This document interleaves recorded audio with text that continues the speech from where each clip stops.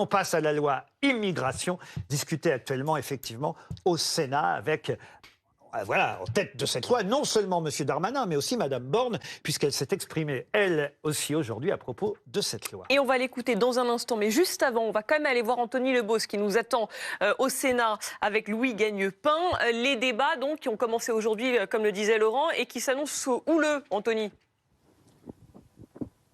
Oui, on peut dire que ce sont des débats âpres qui s'annoncent au Sénat, qui ont commencé par ailleurs aujourd'hui, avec un article qui sera au cœur d'une partie des débats, l'article 3, qui prévoit notamment de créer des titres de séjour pour les travailleurs étrangers dans les métiers en tension. Bruno Retailleau, le chef des Républicains ici au Sénat, dit que c'est un appel d'air à l'immigration. Qu'est-ce que vous répondez ?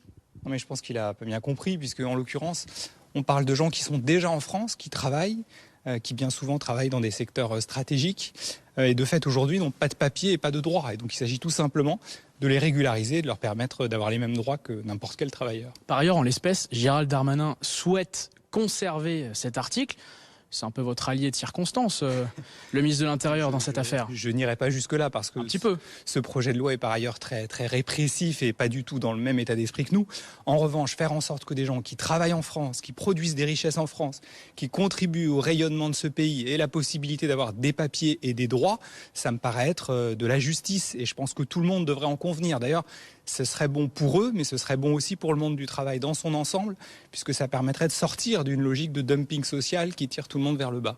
En l'occurrence, le gouvernement va essayer de trouver un compromis avec la droite, avec les centristes. Ça se joue à droite. À quoi va servir la gauche dans ce débat ici ? Justement, je pense que la parole du bon sens, celle que porte la gauche, elle doit aussi se faire entendre. Et que le gouvernement doit aussi entendre ce qui s'exprime, ce que d'ailleurs les Français soutiennent dans leur majorité, toutes les enquêtes d'opinion le disent. On doit pouvoir régulariser des gens qui sont déjà en France, qui travaillent, qui sont intégrés et qui participent aux richesses de ce pays. Merci beaucoup, monsieur le sénateur Yann Brossat, sénateur communiste. Reprise à 21h30, Laurent. Merci Anthony Lebos. Vous avez entendu Yann Brossat, Julien Aubert, vice-président et membre du comité stratégique des Républicains. Il dit c'est pas un appel d'air puisqu'ils sont déjà chez nous en France à travailler. Qu'est-ce que vous répondez à ça ? Qui vient de démolir le principal argument du gouvernement. Parce que le gouvernement nous explique qu'il y a des problèmes de métiers en tension. Donc on comprenait que ce texte de loi allait permettre de résoudre le problème. Mais ils viennent nous expliquer qu'on avait régularisé des gens qui étaient déjà là, donc ça ne résout pas le problème. C'est-à-dire que les métiers qui sont en tension le seront toujours, sauf à ce qu'on estime que ce texte de loi fasse venir plus de gens pour venir combler les postes qui sont aujourd'hui non pourvus. Ce qui... J'avoue que vous êtes doué là pour contre-argumenter. Merci, ce qu'ils appellent un appel d'air. Qu'est-ce que vous en pensez, vous, qui effectivement êtes maître restaurateur, président même de l'Association française des maîtres restaurateurs, et qui confirmez que c'est un métier en tension, le métier de la restauration et de l'hôtellerie peut-être même. Alors c'est un métier en tension. Alors la liste des métiers en tension n'a pas paru. Elle ne paraîtra qu'après que la loi soit promulguée. Mais on est un métier en tension. Il nous manque à peu près 350 000 personnes. On a 350 000 offres d'emploi qui ne sont pas pourvues. On sait qu'on fait partie de ces activités, hôpital, EHPAD, bâtiments et aide à la personne. La restauration est très touchée par cela.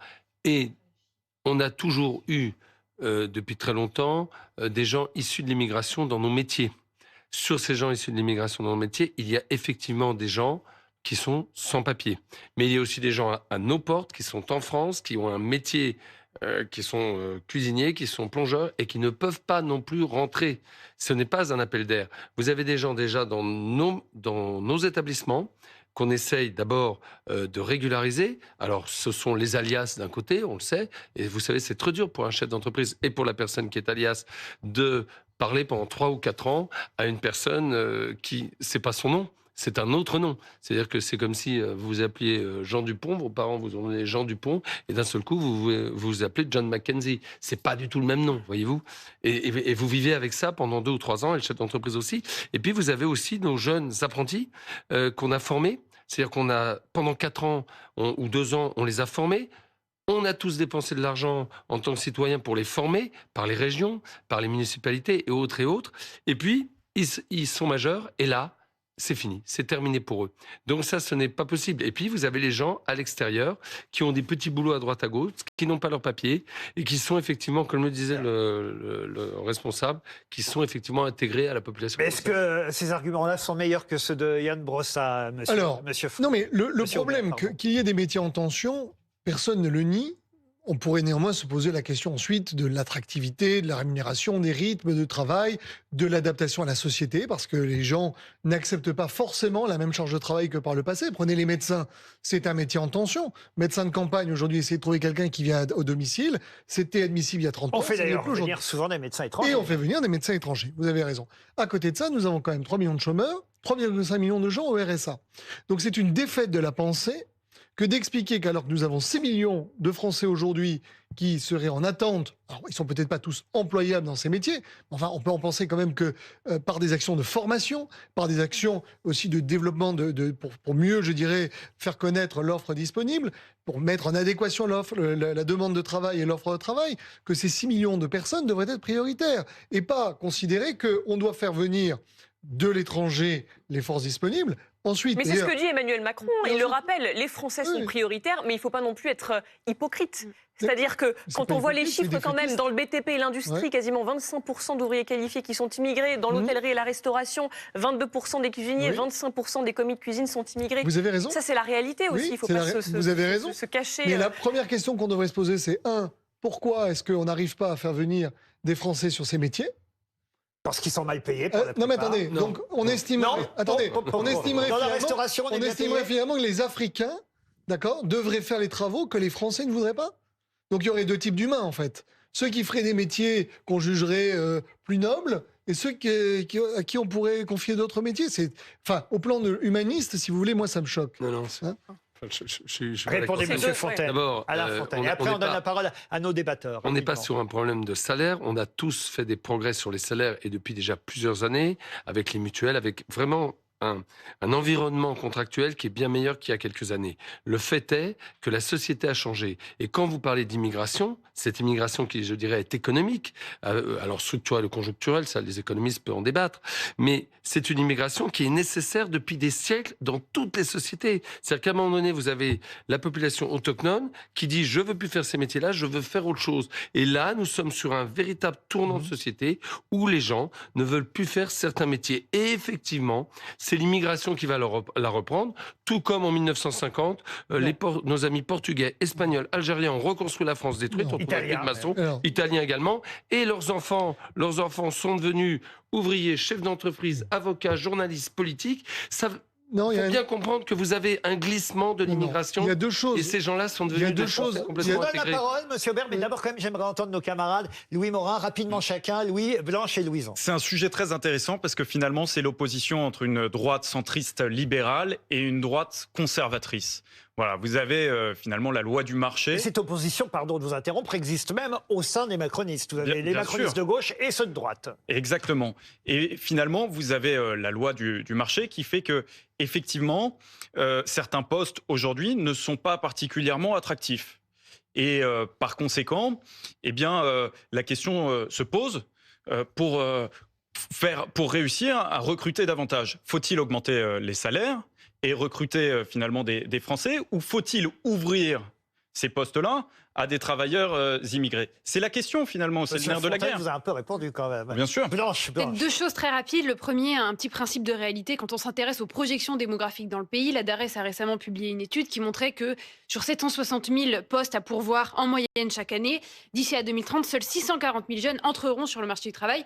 Donc l'immigration est aussi en partie une réponse à cette question-là. Et deuxième point, pour reprendre un peu ce que disait M. Brossat, il semblerait quand même qu'il y ait une forme de consensus maintenant qui se dessine dans l'opinion. Il y a deux sondages qui sont parus, un aujourd'hui, un ce week-end dans le Parisien via Voice et OpinionWay. Les Français sont d'accord. Les Français sont d'accord. Et l'opinion publique est mûre. Oui, pour le renforcement des possibilités d'expulsion des étrangers et à 87% sur les deux volets, à la fois sur le volet répressif et à la fois sur le volet intégration et régularisation. L'un n'empêche pas l'autre. Voilà, donc moi je trouve il faut écouter aussi ce que disent les sondages, surtout un sondage qui est paru dans Libération qu'on peut difficilement accuser de complaisance à l'égard du gouvernement. Louison, et on terminera avec M. Julien Aubert. Non, mais je pense que la métaphore de la cuisine, elle est très bonne. On voit bien que si vous n'avez pas quelqu'un à la plonge, qui est quand même le métier le premier du métier de la cuisine, bah votre restaurant, il tient rien du tout, parce que vos assiettes, vous n'avez pas les lécher et la donner aux voisins.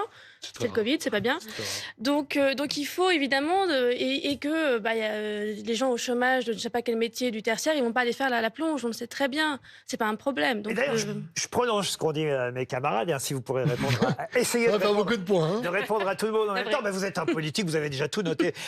et vous avez déjà toutes vos réponses en tête, j'en suis certain, mais au fond, ce qui fait peur souvent à droite dans l'immigration, il faut le dire, il y a deux choses. Il y a un, le manque d'intégration, deux, l'éventuel terroriste qui pourrait se trouver parmi... non mais il faut être clair, ce sont les deux raisons essentielles. Or, l'intégration, pardon de dire, mais j'ai l'impression que quand on a un travail, on commence justement à être intégré. Deux, le terrorisme, on a vu très peu de terroristes qui étaient restaurateurs, plongeurs ou qui avaient un métier régulier. Qu'est-ce que vous répondez? Moi, je ne vous parlerai pas de terrorisme parce que ce n'est pas mon argumentation. Mais l'immigration n'est pas un fait inéluctable. Ce n'est pas comme le soleil, l'eau ou la mer. Dire, de toute façon, c'est comme ça, il faut s'adapter, est à mon avis déjà l'antithèse de la politique. Deux, quand on a un problème de population, on fait une politique nataliste. Et donc on devrait avoir un débat sur ça. Mais comme on refuse de faire une politique nataliste et François Hollande a dégommé la politique nataliste de ce pays, après on constate qu'on manque de bras. Trois, donc vous vous dites, il faut faire des enfants. Mais évidemment. Enfin, dites donc, on ne va pas les avoir comme serveurs au restaurant. Mais non, mais attendez. Non, ce que je vous dis, c'est qu'il y a des débats qu'on devrait ouvrir et qu'on refuse d'ouvrir. Trois, quand on parle d'immigration, on peut parler d'immigration régulière. C'est-à-dire qu'on peut très bien considérer qu'effectivement, il y a des métiers en tension où on a besoin peut-être d'immigrer, mais ils peuvent très bien rentrer régulièrement. Si vous avez aujourd'hui 600 à 900 000 personnes clandestines et que vous décidez de faire une régularisation, mais le pic de régularisation en 1980, c'était 130 000 régularisations dans l'année. Là, ils sont incapables de chiffrer. Donc vous savez faire 8 mois de travail sur les 12 derniers mois pour obtenir une régularisation, c'est pas si compliqué, si vous voulez. Vous risquez d'avoir effectivement un appel d'air important de ce point de vue-là. On a l'impression quand même que vous êtes dans une espèce d'opposition systématique. C'est pas une impression. Quelles que soient les concessions, quelles que soient les concessions du gouvernement qui a quand même fait des pas vers vous. Méchant. Il y a encore aujourd'hui Emmanuel Macron qui propose, qui se dit ouvert en tout cas à la possibilité d'un référendum sur les questions migratoires. Voilà. Non mais c'est un ex-copain à vous, Darmanin. Il y a des concessions qui sont faites. Est-ce que vous n'avez pas peur que ça se retourne contre vous quand on voit les sondages qu'a cité Blanche notamment, alors que l'opinion veut que ça bouge et encore plus votre électorat? Si les Français veulent les hommes politiques qui suivent les sondages, dans ce cas-là, on nous remplace par des moutons ou des robots et ils obtiendront le même résultat. Moi, je vous dis ce que je pense être intelligent, ce que je pense être bon pour le pays, parce que je pense qu'effectivement, lorsqu'on fait venir des gens qui acceptent des métiers, ils tirent par le bas la grille des salaires, parce que les Français ne veulent pas les faire, et donc on n'a pas de débat sur les salaires, parce que effectivement, vous avez une main-d'œuvre de substitution. Et donc quand on se prétend social, on devrait effectivement réfléchir à ceci, on devrait réfléchir à une politique nataliste, réfléchir à une politique de formation, et considérer que la politique, c'est d'abord faire travailler les gens qui sont sans emploi sur le territoire, avant d'aller chercher à l'autre bout du monde, et d'envoyer une espèce de grande propagande mondiale expliquant qu'ici il y a des... La loi va de toute façon être discutée, transformée, c'est le but d'un débat à l'Assemblée nationale. Et rejeté. Monsieur Darmanin est rejeté, dites-vous ça. On verra, on suivra cette affaire dans les jours qui viennent. On vous remercie en tout cas, monsieur Alain Fontaine, vous aussi, monsieur Julien Aubert.